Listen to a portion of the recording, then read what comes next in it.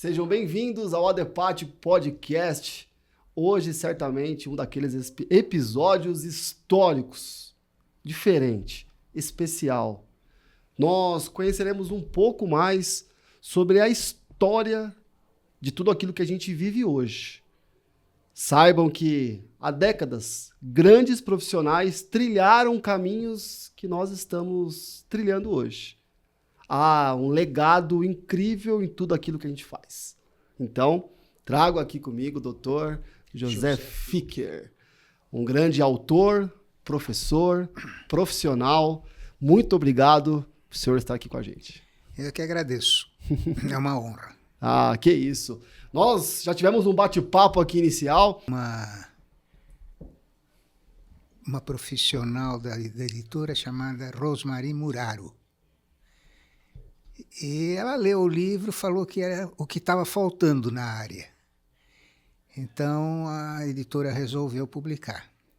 Qual que foi a sensação de ter o livro publicado naquela época? Foi ótima, porque eu nunca tinha tido um livro publicado, né? Esse foi o primeiro. Aí foi desafiador. Foi desafiador. E na graduação, eu vi, estudando, né, conhecendo tua história, graduado em Engenharia Civil, em Direito, em Português, doutor nessa área também da língua portuguesa. Como que você uniu essa paixão pela Engenharia Civil e pela língua portuguesa, professor? Olha, por exemplo, normas técnicas da ABNT. Eu ajudei a que as normas fossem mais bem dirigidas, mais concisas principalmente, porque o pessoal não tem muita prática de redigir. Então, eles faziam as definições e em 3, 4 linhas eu reduzia a uma ou a um parágrafo. Essa era a minha... Seu desafio ali. Então, podemos dizer que menos é mais.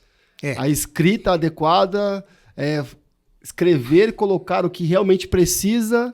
E nada mais. E nada mais. Sem enrolação, encher linguiça, como que a gente diz hoje. Isso. E como que a gente desenvolve isso, professor? Olha, uma coisa que me ajudou muito foi um cursinho preparatório de vestibular para Direito. E o cursinho era do professor Castelões. E o professor Castelões tinha a facilidade de encerrar tudo numa palavra só. Então, eu aprendi com ele. Se bem que isso aí vem de dentro, né? A gente amadurece e aprende. Perfeito. E por isso, esse poder de síntese. E entendi. Com a norma técnica, tem que ter a questão da escrita adequada, o português, mas também tem que ter o conhecimento técnico para poder conseguir entregar o conteúdo de qualidade, né, professor? Exatamente. E é mais ou menos isso que a gente trabalha também nos laudos técnicos, né? Isso. Conseguir entregar tecnicamente a resposta e o conteúdo sem perder a qualidade na parte linguística. Exatamente. E foi por isso que você foi para a área de laudos também? A minha tese de doutorado em linguística foi nesse sentido, foi dirigida para laudos. E como é que eram os detalhes, que era o objetivo de melhorar o laudo, de tornar mais claro? Tornar mais claro, mais conciso, porque o juiz não gosta de coisas muito difusas, então mais objetivo. E eu sempre me caracterizei por isso. Mais recentemente, então, tem um lançamento aqui da editora Leude. Recém-lançado, né, professor? Isso aqui é recém-lançado. Lançado muito próximo. Foi o último livro que eu fiz. O último livro, Português para Todos, inclusive, e por que não, principalmente aqui dentro do nosso ambiente, para engenheiros que sempre encontram ou falam aquela dificuldade que tem de engenheiro escrever. E você traz aqui um português para todos, já imaginando que é tornar mais acessível ou desmistificar a língua portuguesa, torná-la mais acessível para nós. A ideia é exatamente essa. E o que a gente pode encontrar aqui neste livro, professor? O mecanismo da língua. O mecanismo. Como se produzem as regras. Quer dizer, os professores de português, em geral, ingressam na faculdade e fazem vestibular e a faculdade presume que eles já saibam português. Verdade. Para ingressar na faculdade através do vestibular. Mas não é verdade.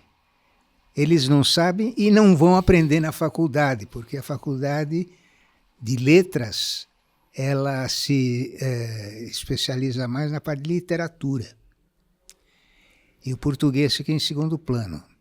Então não há aulas de gramática. Então o professor pode entrar na faculdade, passar no vestibular, sem saber gramática, e pode sair da faculdade sem saber gramática. Então ele não conhece os segredos que aqui eu vou contar da língua. É muito mais simples estudar gramática quando a gente sabe de como ela se originou. O mecanismo. O mecanismo. Muito bom. Já está aqui na minha mesa de trabalho para eu começar já a estudar. Certamente, todos vocês que estão acompanhando a gente, essa é uma dificuldade da nossa área. Muitos acabam migrando para a engenharia no sentido de entender que não tem muitas habilidades em algumas questões de humanas e também na parte da língua, né, do português, da escrita. E muitas vezes também a gente se limita, né, professor? No sentido de já entender ou achar que não sabemos e não nos esforçamos um pouquinho para aprender, né? É verdade. Sempre colocam em segundo plano isso. E é por isso que a gente vê apresentador de televisão, de rádio, deputado, advogado, até juiz, falando completamente errado. Porque nunca aprenderam. É verdade. E aí vira vícios de linguagem. Isso. Esse livro não é só mais um livro de português. Ele é um livro que ensina os mecanismos da língua portuguesa. Por que é assim? E se aprendermos com maior profundidade, fica mais fácil. Sim. Para mudarmos a nossa forma de nos comunicar. Por exemplo, quantos verbos irregulares existem? E você tem que decorar como é que se conjugam. 10, 100, 1000, sei lá. Mas sabendo a regra, você não precisa decorar nada. Só a regrinha. A regra. Por exemplo, o verbo... Deixa eu ver um verbo irregular.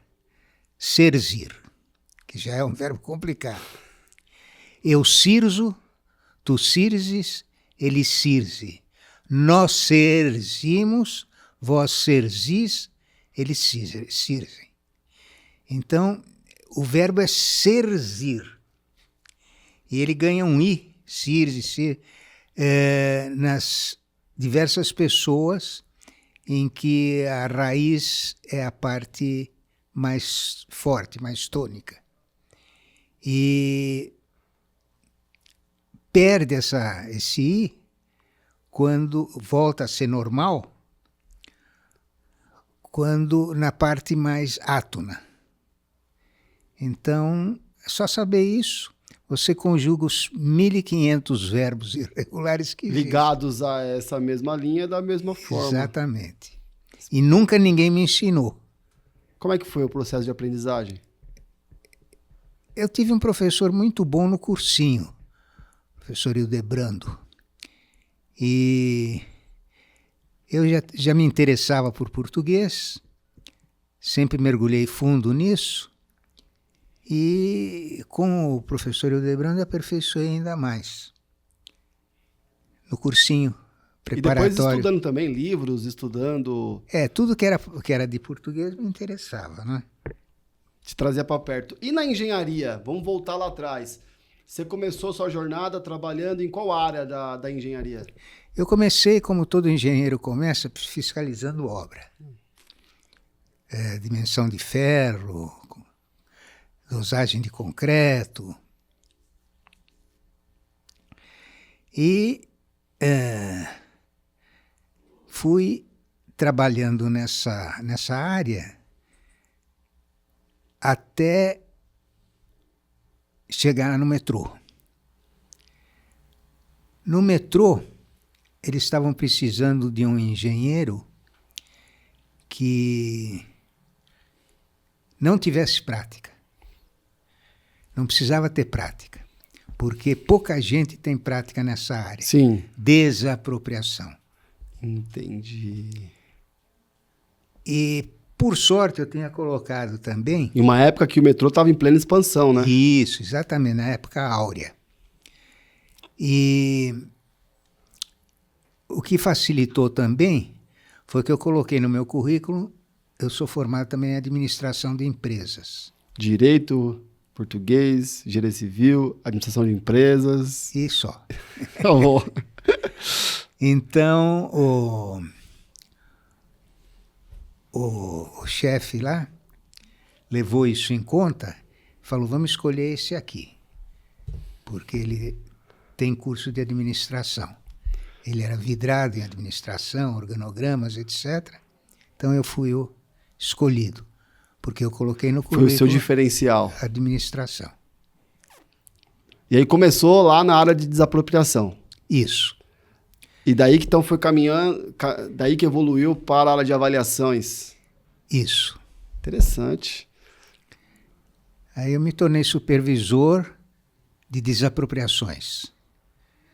Então eu contratava os engenheiros que iam fazer os laudos para executar a desapropriação. E assim o metrô puder continuar se expandindo. Isso. Espetacular. E quando você saiu do metrô, aí você continuou nesse mundo das avaliações? Olha, na realidade eu fiz 20 anos de avaliações no metrô. E 3 anos de direito, também no metrô. Na parte de direito, eu analisava os contratos para ver se estava tudo de acordo com a lei de licitações. Então, eu quase não ia ao fórum, o meu trabalho era mais de escritório. E depois desses 3 anos eu me aposentei. E aí pronto. Mas continuou dando aula? Eu continuei dando aula, mesmo aposentado, e dei aula em todo o Brasil. Só não dei aula no Amapá, mais 2 que eram territórios que se tornaram estados. O resto, dei aula em todos eles. Teve aula do professor José Ficker. Aí eu me notabilizei como um dos especialistas em avaliações. E continuando a escrever os livros. Isso. Foram uns 8 livros? 8 livros escritos, né, professor? Isso, sobre o assunto. Sobre o assunto.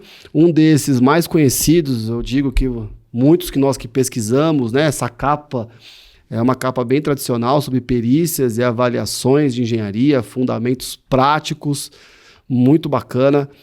E aí conseguiu unir. O senhor é apaixonado pelo que faz, né, professor? Isso. Sempre foi. Isso. E conseguiu unir o seu melhor, o seu potencial entre engenharia, entre avaliações e entre a língua portuguesa, Eu a consegui escrita. unir isso. É um desafio gratificante, né, professor? Aproveitei tudo que eu fiz. E está deixando e continuando a produzir, né, com esse livro. Ligado em que tem algum projeto para um próximo? Não, eu acho que por enquanto Vamos tá curtir bom. esse aqui, né, professor? E chegou aqui no escritório com um dicionário em mãos. Se houver necessidade, às vezes a Muito memória bom. trai, então eu uso o dicionário. Pronto. Vou trazer aqui um dicionário. Olha só. Pessoal, então a gente recomenda muito que a gente tenha esse livro. Dentro do sumário, a gente traz parte de ortografia, acentuação, pontuação, concordância especial, regência verbal, emprego das iniciais maiúsculas, colocação pronominal, voz passiva, crase, preposição, verbos irregulares, verbos defectivos e a bibliografia. Olha, por exemplo, voz passiva. O que é a voz passiva? É a voz em que o sujeito recebe a ação. O sujeito é paciente. Chama-se voz passiva. Quando que a voz passiva tem utilidade? Quando eu quero falar do sujeito. Porque sujeito é aquele de quem se fala ou aquilo de que se fala. Então eu coloco aquilo que eu quero falar como sujeito. Quando o sujeito é paciente, isso é, não pratica a ação, mas recebe a ação, nós estamos com voz passiva. Para que serve a voz passiva? Para realçar o sujeito. Eu estou falando do sujeito, coloco a palavra que eu quero realçar como sujeito e ela fica em primeiro lugar naquilo que eu vou enunciar. A voz passiva, então, serve para destacar o sujeito. Por exemplo, vendem-se casas. É uma voz passiva, porque o se é uma partícula passivadora. Mas não vou entrar nesse detalhe, que isso todo livro tem. Me interessam... O que me interessa mais nessa frase? Qual é o termo que me interessa mais? Casas. Então eu coloco como sujeito. Vendem-se casas, o sujeito é casas. Estou falando das casas. Perfeito. Não me interessa quem está vendendo, onde. É casas. Então, o sujeito é casas e a pessoa que não entende muito disso acha que alguém vende casa. Esse alguém é o sujeito. Não me interessa quem está vendendo, me interessa o que está vendendo. Por isso eu coloco casas como sujeito, como principal da frase. E não quem está vendendo. Não quem está vendendo. Que alguém está vendendo, eu sei porque está a placa lá. Agora, casas é o mais importante. Está vendendo o quê? Casas. Muito bom. E se nós estudarmos o português em comparação com as línguas estrangeiras, é realmente mais complexo a língua portuguesa ou tem as suas similaridades ou formas de pensar diferentes? Eu acho que a língua portuguesa é complexa. Né? Quem diz isso não mente. É complexa mesmo, cheia de detalhes, e na medida que você conhece esses detalhes, se torna mais fácil. Começa a simplificar, né? Começa a simplificar. E você trouxe algo, professor, muito importante, que é muito da engenharia. Nós entendermos os mecanismos. Isso. Não apenas usar uma regra porque está numa tabela, ou porque é uma comparação, ou decorar. Por que casas é o sujeito? Porque eu quero falar das casas. Faz sentido. E sujeito é aquilo de quem se fala. Então, eu coloco casas como sujeito. Faz sentido. E o verbo fica no plural, porque são casas no plural. Então, o verbo concorda com o sujeito. Por isso que é vendem-se casas. Por exemplo, eu passo num sapateiro, conserta-se sapatos. Eu digo para o sapateiro, olha, está errado. Consertam-se sapatos. Por quê? Só eu que conserto. Não me interessa se é só você que conserta, interessa o sapato. O sujeito é o sapato. O sujeito é o sapato. Então, o sujeito concorda com o verbo, consertam-se sapatos. Eita! Gostou, Gabriel? Espetacular! Isso é só um exemplo. Eu digo, se eu fosse fazer mais um livro de português, eu não faria, porque já existem números na praça. Eu fiz porque eu tinha esses... O que entregar. O que entregar. Sabia, né? Ali o que entregar. Muito bom, professor. Deu vontade de ler? Então já adquira. A gente tem uma parceria com a Leude, que nós temos descontos para quem adquire sendo membro da DEPAT, frete grátis. Então a gente vai incentivar muito. A gente estava conversando aqui antes de começar. A DEPAT tem entendido a importância da língua portuguesa. Nós temos um GT chamado Artigos para produzir ali novos escritores, mas primeiramente novos leitores, né? Fomentar essa área de ler, de escrever melhor. E eu tenho tentado também melhorar nessa área. A professora Vanessa tem nos ajudado muito, né? Que tem entendido. Gostaríamos muito de ter o senhor mais próximo de nós. Será incrível para que os nossos laudos técnicos sejam muito bons. Mas também em português. Era sobrinho de um engenheiro famoso, Júlio Cassoi. Sim. Que tinha uma plaquinha cinza, Júlio Cassoi e Mário Franco. E depois ele vendeu a firma, ficou ancião e passou a firma para os funcionários. E um dos engenheiros da firma veio me perguntar como é que se fazia laudo, que ele era muito bom na parte matemática, na parte de cálculo, mas ele não sabia como fazer laudo, a organização de um laudo. Então, não adianta ser um gênio na matéria, precisa saber expressar. Precisa saber... E há regras para isso. É uma forma de nós nos comunicarmos, né? Isso. E a parte escrita faz toda a diferença.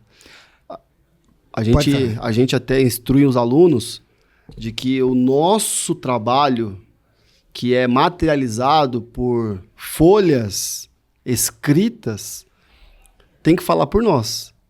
Se nós tivermos que explicar o laudo, é porque nós não escrevemos o laudo adequadamente.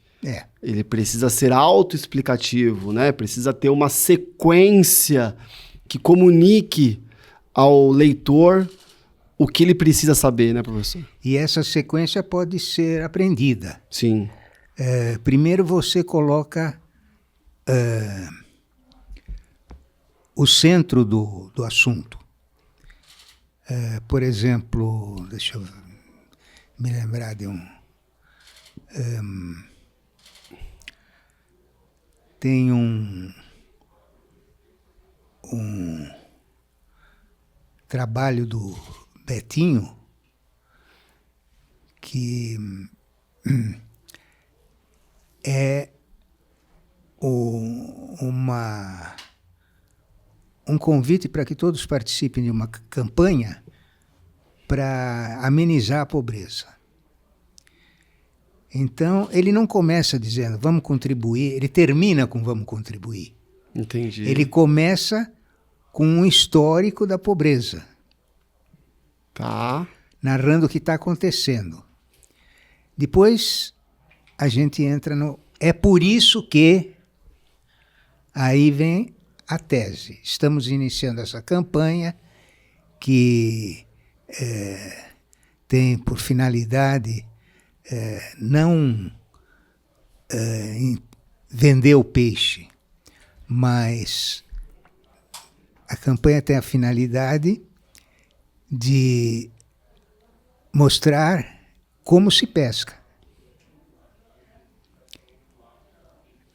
Então, se eu chegar na sala, for discursar, eu não vou começar com o fim, que é o como se pesca. Eu vou chegar lá naturalmente, começando com uma definição, uma frase, retratando o que acontece, e depois tem uma palavra fundamental. É por isso que estamos organizando essa campanha. Contribua, você é mais uma pessoa a ajudar ao sucesso da campanha. Contribua com o que puder. A chamada para ação, né? Isso. Mas eu não começo dizendo que eu vim fazer uma campanha, senão todo mundo vai embora. É verdade. Tem que... Muito bom. O texto, então, vai envolvendo o leitor, a comunicação vai envolvendo até você chegar no ponto do ápice de fazer a chamada para ação. E pode ver que toda a propaganda... Ela é nesse nível. É nesse nível. A Maria Gabriela, por exemplo, ela fala, eu sempre me cuidei cuidei da minha saúde. E por isso eu escolho bem as vitaminas. Ela começa dizendo que sempre cuidou da saúde. Depois ela entra no assunto das vitaminas. Aí ela entra no nome, Sidney Oliveira.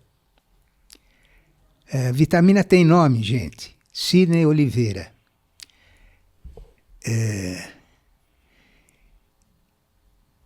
E aí ela começa a enfatizar que só as vitaminas Sidney Oliveira têm todos aqueles componentes e tal. Não é qualquer uma. Sim.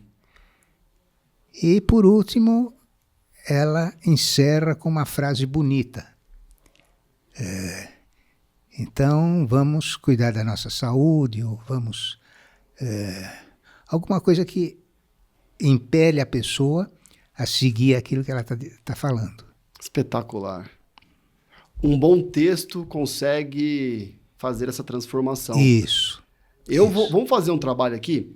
Eu tenho algumas dicas que eu acabo executando, elaborando e até passando para os nossos alunos. E se o senhor não concordar, o senhor vai ser sincero comigo, dizendo, penso diferente. Ou me ajuda a melhorar. Beleza? Eu falo assim para o pessoal que está escrevendo. Primeiro, cuidado com as manchetes. Porque principalmente em laudo técnico, às vezes a gente vê alguns alunos ou a equipe escrevendo lavar a fachada para garantir a durabilidade. Falei, olha, isso virou uma manchete. Quer dizer, então, que se eu lavar a fachada, eu garanto a durabilidade? A comunicação não está tão clara, porque não é só lavar a fachada que faz com que garanta a durabilidade. Se tirar isso de um contexto e virar uma manchete, entre aspas, vai te colocar numa situação que não é das mais agradáveis. Então, lavar a fachada pode contribuir para o desempenho das fachadas. Ou seja, o uso correto, mais adequado das palavras pode nos favorecer em muito, né, professor? Sim. Então, sem dúvida. Certo. Segundo, eu costumo muito falar, eu gosto muito também do conceito menos é mais, adorei, já vou usar o exemplo do senhor para sempre, que é assim, evitar responder perguntas que não foram feitas, para poder ir direto ao ponto. Isso. Se aquele laudo, se aquela consultoria tem que responder A, B e C, não precisa falar sobre D, E, F, G. Ser objetivo. Ponto. Ir direto ao assunto. Exato. Eu tenho um problema, até quase que um vício. Eu não gosto da palavra não nos meus textos. Quando a gente fazia alguma coisa lá na BNT, a gente procurava evitar a palavra não.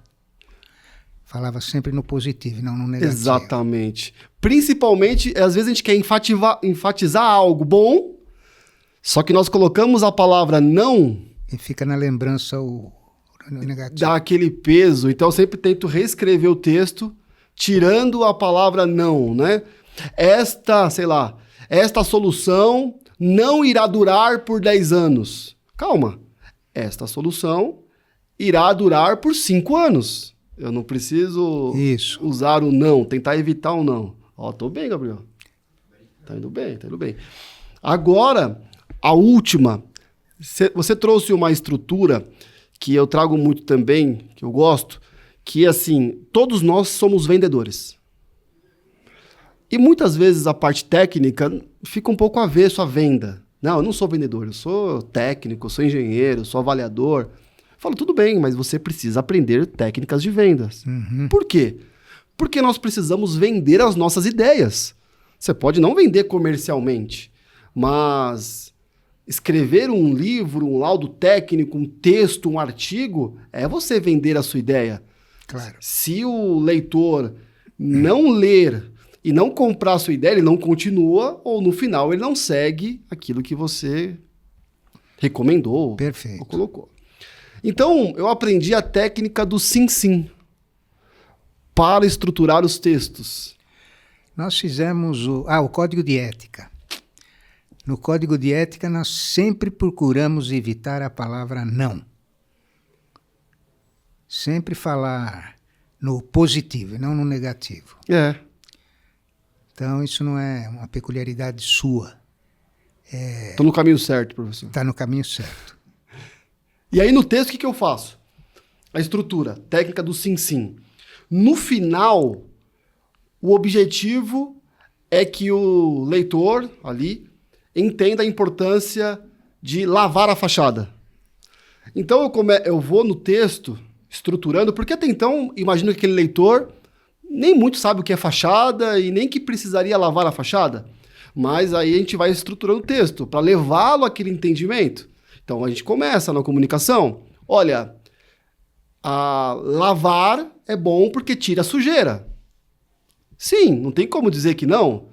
Carros são lavados periodicamente para que se mantenham limpos e em bom estado. Sim. Edificações, elas ficam sujas depois de chuvas, intempéries ao longo da vida. Sim. Aí vem. É importante que se lave as fachadas a cada 3 anos. Seria a conforme a 5674 NBR de manutenção das edificações. Quando ele lê essa última aqui, ganha força. Ganhou força. Se a gente começar com esse pedido, aí perde. Pode vir um questionamento, mas precisa mesmo lavar? Fachada? Mas depois que você já explicou tudo, é só fazer uma frase bonita de reforço, incentivando a praticar aquilo. Muito bom. Aí, ó. Então, continuem. Vamos melhorar. Mas aí também tem a ortografia, né, professor? Que se nesse meio todo nós usarmos uma ortografia de maneira inadequada, pode transparecer ali uma ignorância. Isso. E tornar descredibilizado o nosso trabalho, né, professor? É interessante notar, eu acho que já falei isso no início, que apresentadores de televisão, de rádio, deputados, senadores, advogados, todo mundo fala errado. Então, é importante, por exemplo, dar-se um laudo para o juiz ler, cheio de erros de português. O juiz vai pensar consigo mesmo. Esse sujeito não fez escola, então ele não merece credibilidade. Agora, quando escreve num português correto, primoroso, isso dá confiabilidade. Demonstra segurança no manejo da língua. Espetacular.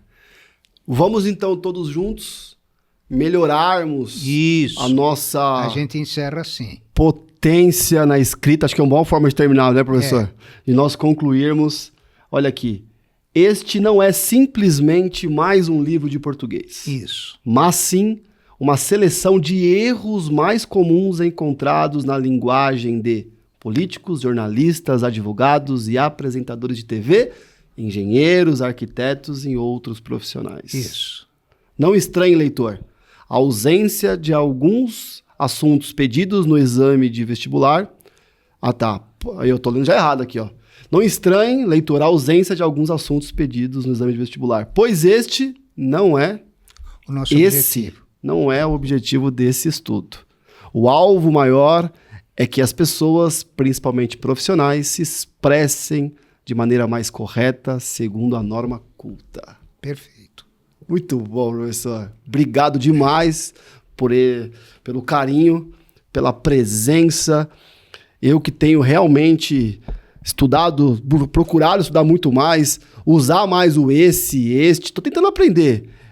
Este é o que está na minha frente, ou futuro. Então, nesta sexta-feira, e nessa sexta-feira, se eu falar na sexta-feira que já passou, não é verdade? Isso. No mestrado, aprendendo com a professora Isis, eu sempre falava muito, isto posto, e aí eu continuava. Eu aprendi que é isso posto, porque se já está posto, já aconteceu. Já está na minha frente. Então é isso. Eita, vou ficar bom nisso, hein? E nesse... Já ficou. Já tá. Muito bom. Olha, melhor eu parar por aqui. Vamos encerrar.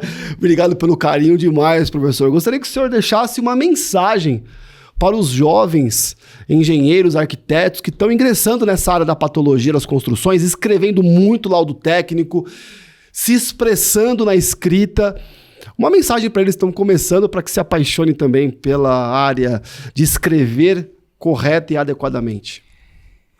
Gente, eu reputo como parte do meu sucesso o conhecimento da língua. Se eu fiquei conhecido de alguma maneira, foi justamente por utilizar a língua corretamente.